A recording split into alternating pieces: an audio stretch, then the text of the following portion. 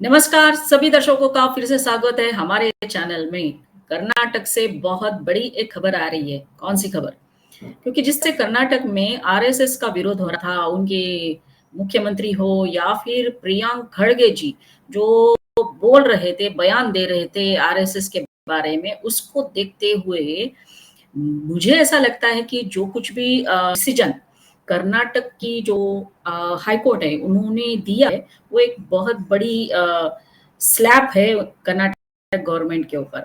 क्योंकि क्या डिसीजन है कि कर्नाटक हाई कोर्ट ने ये डिसीजन दिया है, इंटरिम स्टे दिया है the state governments order of banning RSS from holding events in the government buildings. तो एक तरफ जब हम बात करते हैं फ्रीडम ऑफ एक्सप्रेशन, अधिकार, तो दूसरी तरफ देखते हैं कि एक सरकार किस तरह से बैन लगाने की कोशिश करती है, जहां पर आरएसएस अपने 100 साल पूरे करे और सेलिब्रेट कर रही है। तो आज हमने आमंत्रित किया है इसी के बारे में चर्चा करने के लिए हमारे विशेष मेहमान देवेंद्र कुमार सर को, जो राजनीतिक विश्लेषक है। सर, आपका क्या कहना है अब इस पर? धन्यवाद वर्षा जी। देखिए, ऐसा है कि कांग्रेस ने अब तय कर ही रखा है। ऐसा लगता है कि कांग्रेस ने अब तय कर लिया है कि जो गांधी जी ने कहा था कि स्वाधीनता आंदोलन अब समाप्त हो गया है, कांग्रेस का विसर्जन कर देना चाहिए। तो जो गांधी जी नहीं कर पाए, नेहरू जी नहीं कर पाए, इंदिरा जी नहीं कर पाई, राजीव जी नहीं कर पाए, सोनिया जी नहीं कर पाई, लेकिन वर्तमान कांग्रेस के जो नेता है वो राहुल गांधी के नेतृत्व में ये करके ही दिखा देंगे। क्योंकि ये केवल ऐसा नहीं है कि ये प्रतिबंध पहली बार लगाने का प्रयास किया। ये जो प्रयास था उसको अगर आप देखेंगे तो इससे पहले अंग्रेज सरकार ने ठीक ऐसे ही प्रयास किया कि सरकारी कर्मचारी नहीं हिस्सा ले सकेंगे। उसमें भी संघ का नामोल्लेख नहीं किया। अगर मैं वर्तमान स्थिति में ये कहूं कि संघ की उस समय उतनी शक्ति नहीं थी, फिर भी अंग्रेज कम से कम इतना डरे थे कि नाम लेने से परहेज किया। आज इसी प्रकार से प्रतिबंध लगाने का प्रयास कर्नाटक की कांग्रेस की सरकार ने किया था, क्योंकि उनको भी अब कहीं ना कहीं ऐसा लग रहा है कि संघ की जो विचारधारा है 100 वर्ष पूरे होने तक समग्र भारत में और विश्व में फैली। इसको संघ के विचार को, सांस्कृतिक राष्ट्रवाद के विचार को अपनाने वाले लोगों में अब बहुत सारे ऐसे लोग हैं जो अपने आप को राष्ट्रवादी, सांस्कृतिक राष्ट्रवादी कहने के लिए, या अब ऐसे इससे भी एक शब्द आगे कहूं कि एक समय ऐसा था कि अपने आप को हिंदू कहने पर हिंदू डरता था। उसको कहीं ना कहीं लज्जा महसूस करता था कि मैं हिंदू कहूंगा तो लोग मुझे सांप्रदायिक कह देंगे। अपने आप को मुस्लिम कहना या ईसाई कहना या पारसी कहना, ये इतना लज्जास्पद नहीं लेकिन अगर ये कह दिया कि मैं पारसी हूं या मैं मुसलमान हूं या मैं ईसाई हूं, तो कोई उनको सांप्रदायिक घोषित नहीं करता था। लेकिन अगर हिंदू ने कह दिया कि मैं हिंदू हूं, तो उसके ऊपर तुरंत लेबल लगा दिया जाता था कि ये सांप्रदायिक है। परंतु आज अगर हम ये कहें कि हिंदू जागरण में इन 100 वर्षों की यात्रा में संघ ने हिंदू और हिंदुओं में दबे हुए इस हिंदुत्व के जागरण के लिए जो कार्य किया है वो जमीन स्तर पर किया है, और उसका आज जो प्रतिघोष हमें दिख रहा है वो यह है कि आज हिंदू अपने आप को हिंदू कहने के लिए लज्जा नहीं महसूस करता, अनुभव नहीं करता, परंतु वो कहता है, गर्व से कहता हूं मैं हिंदू। ये डॉक्टर हेडगेवार जी ने कहा था। जब किसी ने ये कहा था कि हिंदू कौन है, तो उन्होंने कहा था कि मैं कहता हूं, गर्व से कहता हूं मैं हिंदू। आज पूरा हिंदू समाज कहता है, गर्व से कहो हम हिंदू। सर यहाँ पे और ये जो 100 वर्षों जी सर, आपने जो अभी बोला गर्व से कहो हम हिंदू है, वो कुछ सालों पहले सर दरवाजे के ऊपर वो विश्व हिंदू परिषद शायद वो स्टिकर लगाते थे, राइट? हाँ, वो जब भगवान श्री राम जन्मभूमि आंदोलन के लिए आंदोलन जब विश्व हिंदू परिषद के नेतृत्व में हुआ, हाँ, उस समय ये हिंदुत्व के जागरण का और हिंदू को अपने हिंदू होने का अनुभव कराने का, अपने आप को गौरवान्वित, मैं हिंदू हूं ये गौरव से बोल सकूं, इसका अनुभव कराने का जो आंदोलन शुरू हुआ, जो अंदर पड़ा था, जो जागरण हो रहा था, परंतु उसका जो चरम आया वो जब भगवान श्री राम जन्मभूमि के आंदोलन के दौरान आया, जब यस, विश्व हिंदू परिषद घर घर पहुंची, गांव गांव पहुंची, ऐसे कहें कि हट टू हट गई, यस, प्रत्येक हिंदू के घर में विश्व हिंदू परिषद गई और उनको ये अनुभव करवाया कि हम हिंदू हैं यस सर, और राइट, हम इस देश के हैं। राइट सर, हिंदुत्व का विचार इस देश का मौलिक विचार है, ये हमारी जीवन पद्धति है, ये हमारा धर्म है।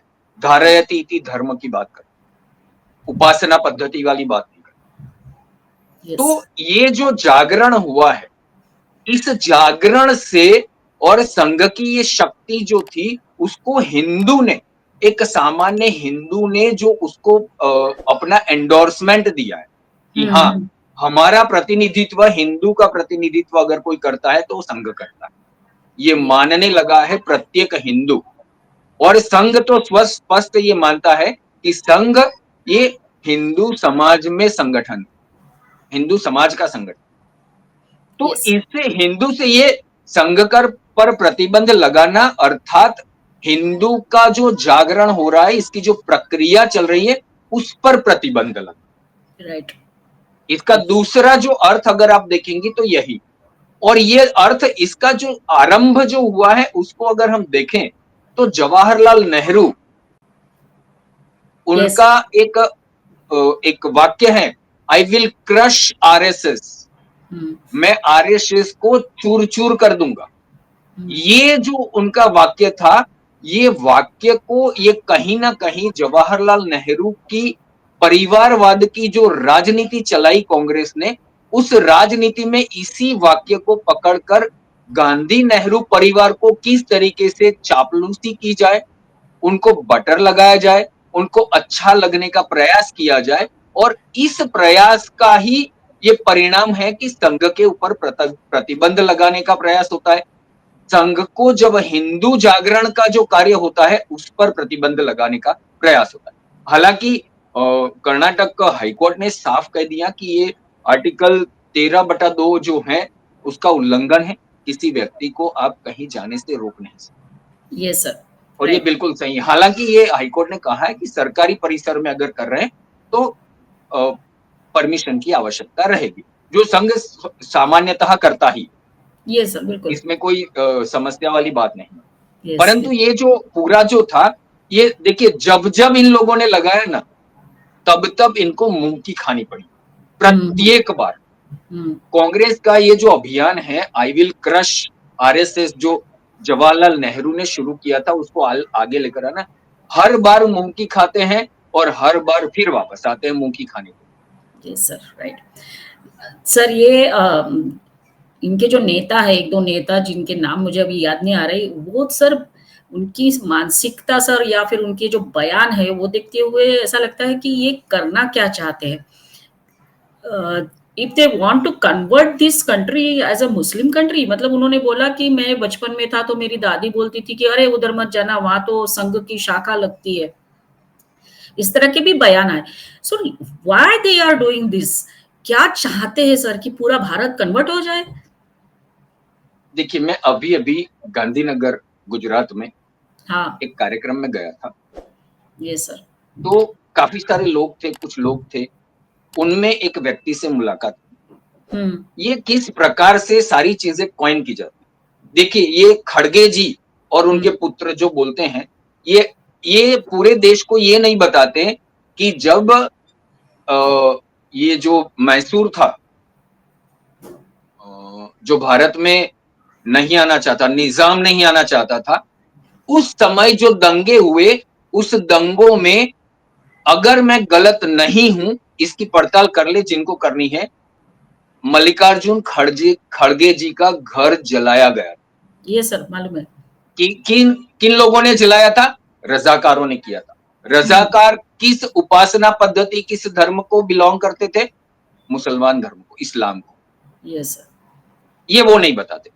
कुछ लोग ऐसे भी हैं, यहाँ पर मैं गुजरात की बात कर रहा था, 1969 में 1969 में एक बड़ा यहाँ पर ऐसा ही सांप्रदायिक दंगे हुए, जिसमें एक एक्टिविस्ट हैं जो बोलते नहीं है, हुँ, उनका भी घर जला था, लेकिन वो ये नहीं बताते।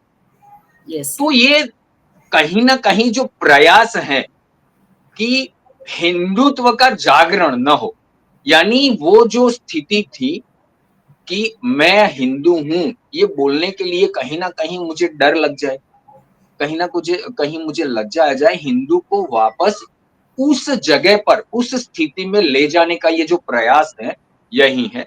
और कांग्रेस की तो स्वाभाविकतः ये मानसिकता रही है, शाहबानो केस देख लीजिए आप। Yes sir.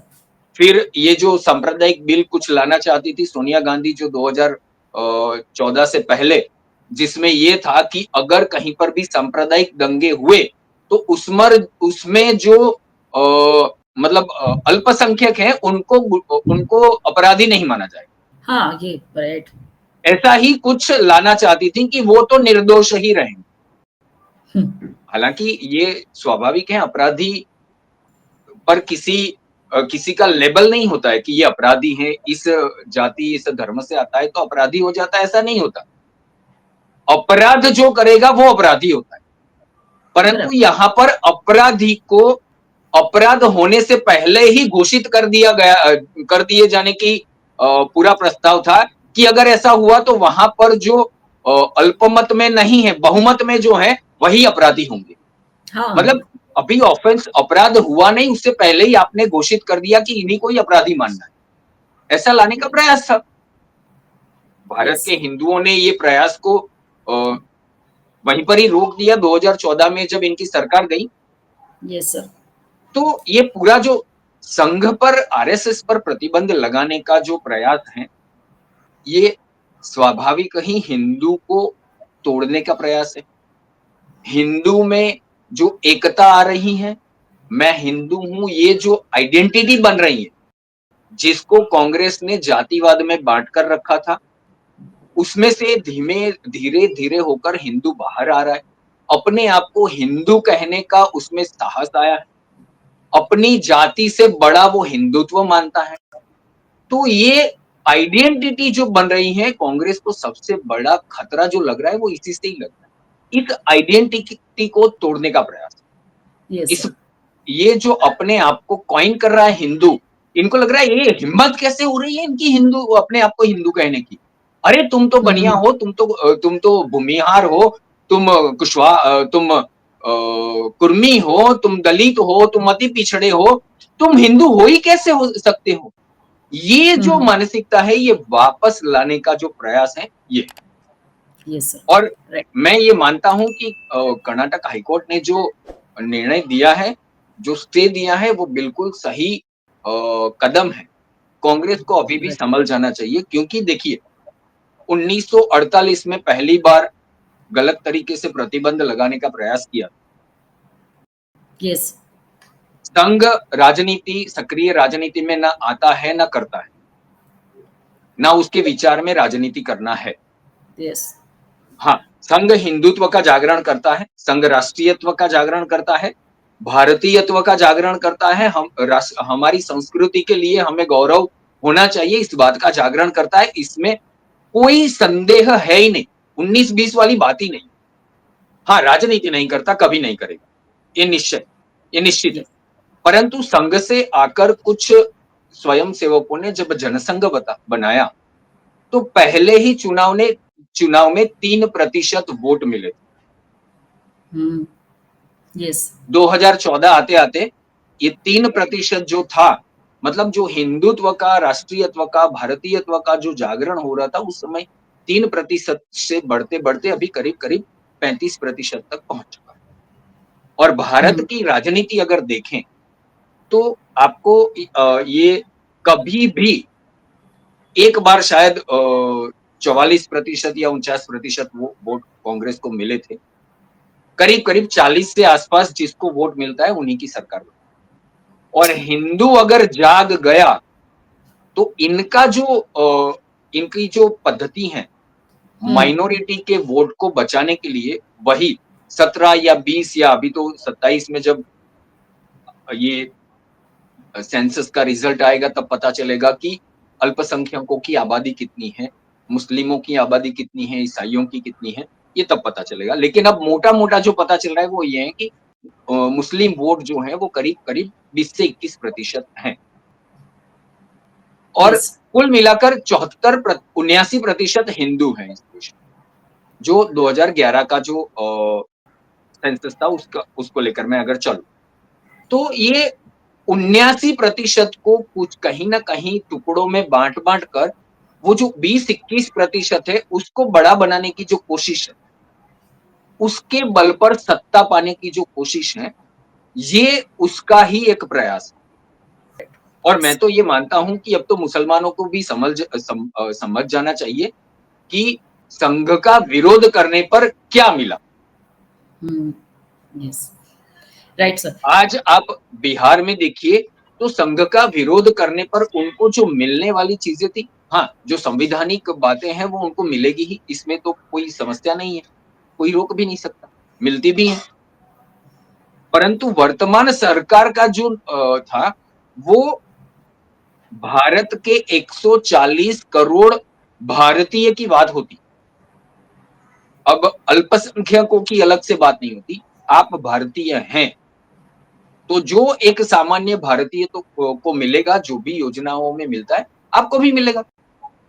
हुँ, आप अपने आप को अलग समझना बंद कीजिए। यस, आप उस 140 करोड़ भारतीयों में से ही हैं, अल्पसंख्यक के तौर पर जो संवैधानिक चीज़ें मिलती हैं, वो स्वाभाविक मिलेगी। परंतु उसके आप किसी को भी ये नहीं समझना चाहिए कि हम कोई वीटो लेकर यहाँ पर बैठे। अल्पसंख्यक वाली बात जो वीटो बनती थी, वो अब नहीं बनी और यस, किसी भी देश में ये नहीं होना चाहिए। राइट, नागरिक सामान्य नागरिक ही होता है, उसको वही सारे अधिकार मिलने चाहिए जो सभी नागरिकों को मिलते हैं। यस परंतु सर, मैं वापस कांग्रेस वाली बात पर आता हूँ, उसके बाद क्या हुआ? करीब-करीब 7% से ज़्यादा वोट मिले थे, परंतु राष्ट्रहित में भारतीय जनसंघ 1951 में बना, जब भारत के सभी नागरिकों के अधिकारों को निरस्त कर दिया गया। श्रीमती इंदिरा गांधी जी ने जब इमरजेंसी लगाई, आपातकाल लगाया, तब किसी भी पार्टी ने सबसे पहले अपने आप को विलय करने का निर्णय किया, वो भारतीय जनसंघ। सबसे यस, नई पार्टी, सबसे नई पार्टी जो 51 में बनी। सबसे पुरानी पार्टी के लोग उधर थे, सबसे पुराने नेता वहां पर थे। सबसे नए जो नेता थे वो सारे के सारे करीब-करीब जनसंघ में थे। लेकिन हुँ, राष्ट्रहित में और इस देश के संविधान को बचाने के लिए अपना वोट जो भी अपना शेयर था वो और पूरी की पूरी पार्टी का विलय जनता पार्टी में कर दिया। उसके बाद यस, वापिस वही बात शुरू हुई। तो 1981 में जब भारतीय जनता पार्टी बनी, 85 में कितनी सीटें थी? महज़ 2। 2, यस, फिर वापस से कांग्रेस का वही शुरू हुआ। 92 में प्रतिबंध लगाया। हुँ, संघ का कोई रोल नहीं था उसमें। प्रतिबंध हटाना भी पड़ा। जब-जब लगाया तब-तब इन्हीं को हटाना पड़ा। राइट, फिर क्या हुआ? 96 आया। 92 में प्रतिबंध लगाया, 96 में अटल जी की सरकार बनी। यस, फिर प्रयास यही हुए हिंदू को दबाने की, हिंदू को कुचलने की। ये जो मैं बिल की बात कर रहा था कि जो बहुमत रहेगा वही अपराधी होगा अगर सांप्रदायिक दंगे हुए। तो क्या हुआ? 14 आई। 30 से अधिक सालों बाद किसी पार्टी को इस देश के नागरिकों ने, मतदाताओं ने बहुमत दिया। राइट सर, 19 में देखिए क्या हुआ? 303 मिले। इसको अन्यथा नहीं समझना चाहिए। 330 3 सीटें ही समझना चाहिए। परंतु 303 सीटें मिली। राइट सर, उसके बाद जो पूरा का पूरा फेक नैरेटिव चलाया, संविधान बदल देंगे, आरक्षण खत्म कर देंगे, ये वाला जो नैरेटिव चला है, जातियों में बाँटने वाला जो प्रयास किया, तो उसका परिणाम उन्होंने देखा और फिर भी सत्ता में तो आज भी वही नरेंद्र मोदी बैठे हुए हैं, प्रधानमंत्री ही हैं। Yes sir, right, yes. और आने वाले समय में मैं इतना जहाँ तक भारत की राजनीति वगैरह जो है, उसको अगर आप देखते हैं, तो 2029 के चुनाव में भी कांग्रेस सत्ता में आती मुझे नहीं दिख रही।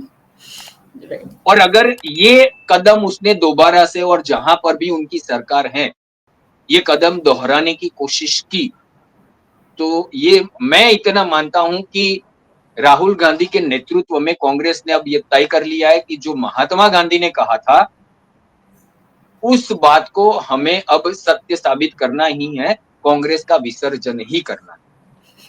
Yes sir. क्योंकि फिर भारत में कांग्रेस बचेगी नहीं। आपको अगर बहुमत के लोग पसंद नहीं है, उनको तोड़कर ही आपके साथ लेना है, जातियों में बांट के ही आपके साथ लेना है, तो ये राजनीति अब भारत के लोगों को पसंद नहीं, वो नकार चुके। Right sir, right. सर और एक बात की ये आरोप लगाते हैं ना कि आरएसएस नफरत फैलाती है। सर अगर आरएसएस नफरत फैलाती है तो ये बाकी के जो घटना हमको दिखती है, जैसे लव जिहाद है, फिर धर्मांतरण है, फिर जमीन जिहाद है, पता नहीं क्या क्या है, तो ये क्या है सर? नहीं देखिए, ऐसा है कि अगर संघ नफरत फैलाता है, तो दंगे कांग्रेस शासित राज्यों में क्यों होते? अगर हाँ, ये बात बिल्कुल सही है, संघ धर्मांतरण का विरोध करता है। हाँ, वो तो करना चाहिए सर, हमारे लिए जगह और किसी को भी करना चाहिए।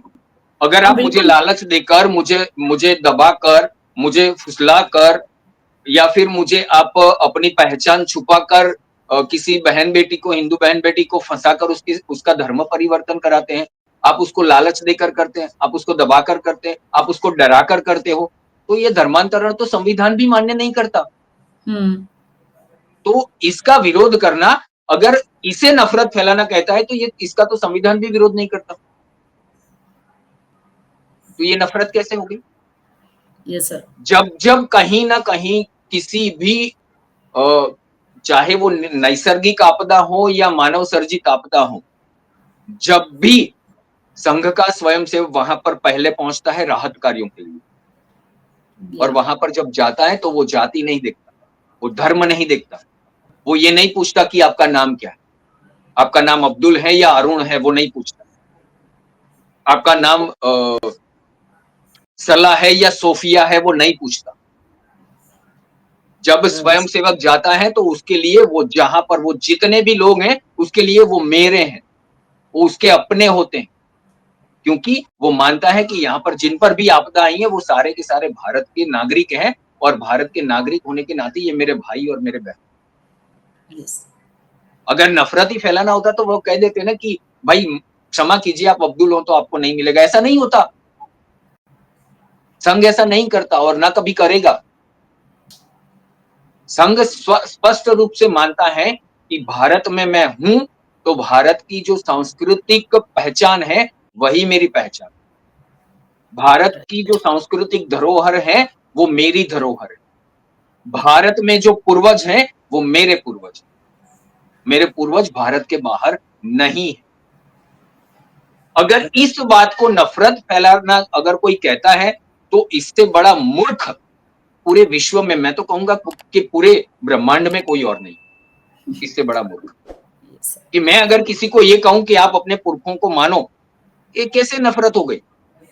अगर मैं कहता हूं कि अपनी धरोहर, भारत की धरोहर, तुम्हारी जो धरोहर है वही इस देश में है, ये नफरत कैसे हो जाती है? नफरत तब होती है जब आप किसी को जाति में बांटते, जब आप जाति में बांटते हो तो आप किसी जाति को बड़ी, किसी को छोटी दिखाते हो, किसी को ऊंची, किसी को नीची दिखाते हो। नफरत वो है। नफरत वो होती है जब आप ये कहते हो कि हिंदू तो ये आइडियोलॉजी जो है वो मलेरिया है, ये नफरत है, ये डेंगू है, ये HIV है, ये जो बोलता है ना वो नफरत फैला। Yes sir.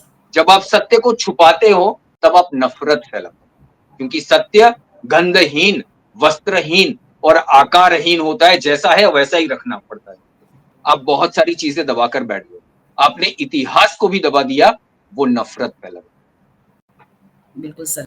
सर आप ये बिल्कुल बात सही करो और सर हम कितनी ऐसे घटनाएँ देखते हैं या एग्ज़ाम्पल्स हम ले सकते हैं कि आफ्टर पार्टीशन देखो आप पाकिस्तान में कितनी बड़ी संख्या में हिंदू थे, आज वो कहाँ आ गए, बांग्लादेश में देखो कहाँ पर आ गए ये तो अभी और जहाँ-जहाँ हिंदू रिसेंट गए हुआ। सर उन्होंने वहाँ की कल्चर को अपनाया, उनकी प्रगति में अपना हाथ बढ़ाया।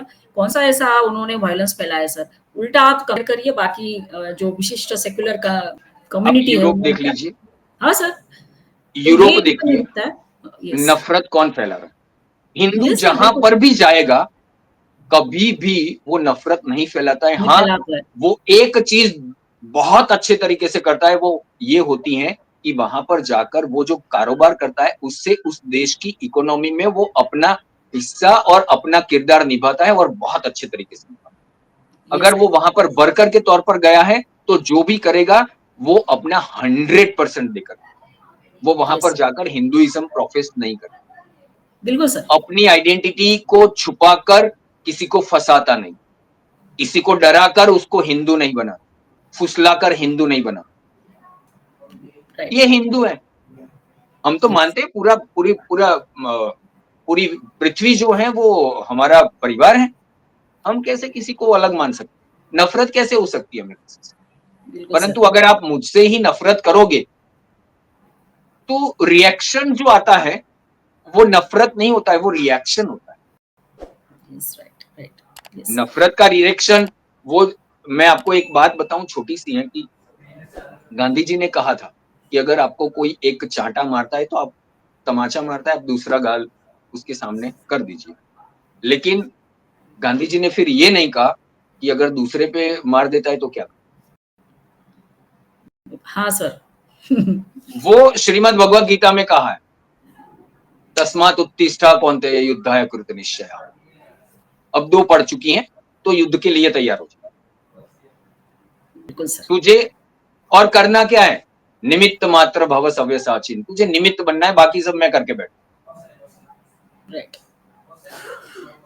तो सर जो इस तरह के बयान देते हैं, सोच रखते हैं कि आरएसएस नफ़रत फैलाती है, आरएसएस को बैन करना चाहिए, उनको एक बार सर ये पढ़ते रहते हैं नहीं, कभी कुछ उसके बारे में मालूम करवाते नहीं, बस ले जाते हैं ओनली फॉर दैट कि तुष्टीकरण की राजनीति उनको फ़ायदा हो। तो एक बार उनको ज़रूर प्रयास करिए, इसलिए कहते हैं कि राहुल गांधी को भी किसी ने कहा था कि एक बार आप संघ की जो शाखा ली उसमें आकर देखिए क्या होता है वहाँ पर। 20% वोट चला जाएगा अगर वो आ गए, कभी नहीं आ सकते। राम मंदिर में दर्शन करने जो नहीं गए, आप सोचिए, यस सर, 80% वोट छोड़ने के लिए तैयार है, वो 20% के लिए। Yes sir, right. तो शाखा तो बहुत सो दूर की बात है, ये तो सर लेकिन बिल्कुल उनका सच स्वागत है। हाँ सर, वो तो है ना सर, एक बार तो पढ़ना चाहिए, आकर देखना चाहिए, बाद में इनके सारे जो चेले चपाटे हैं वो भी समझेंगे, लेकिन वो होगा नहीं, ये भी आप सच कह रहे हो। सर आज आप आकर जो खुलकर बातें की, लोगों को ये समझना चाहिए कि किस तरह से झूठा प्रचार किया जाता है। एक ऐसा ऑर्गेनाइजेशन जो विश्व का सबसे बड़ा ऑर्गेनाइजेशन है, जहाँ सबसे पहले राष्ट्र के बारे में ही बात होती है। सर आपका बहुत-बहुत धन्यवाद और सभी दर्शकों को कहना चाहेंगे हमारा ये वीडियो ज़रूर देखिए, लाइक करिए, कमेंट करिए, शेयर करिए और जिन्होंने हमारा सब्सक्राइब नहीं किया है, वो सब्सक्राइब ज़रूर करिए। थैंक यू वन्स अगेन धन्यवाद सर, दीक्षा। जय हिंद सर, जय हिंद। वंदे मातरम। वंदे मातरम।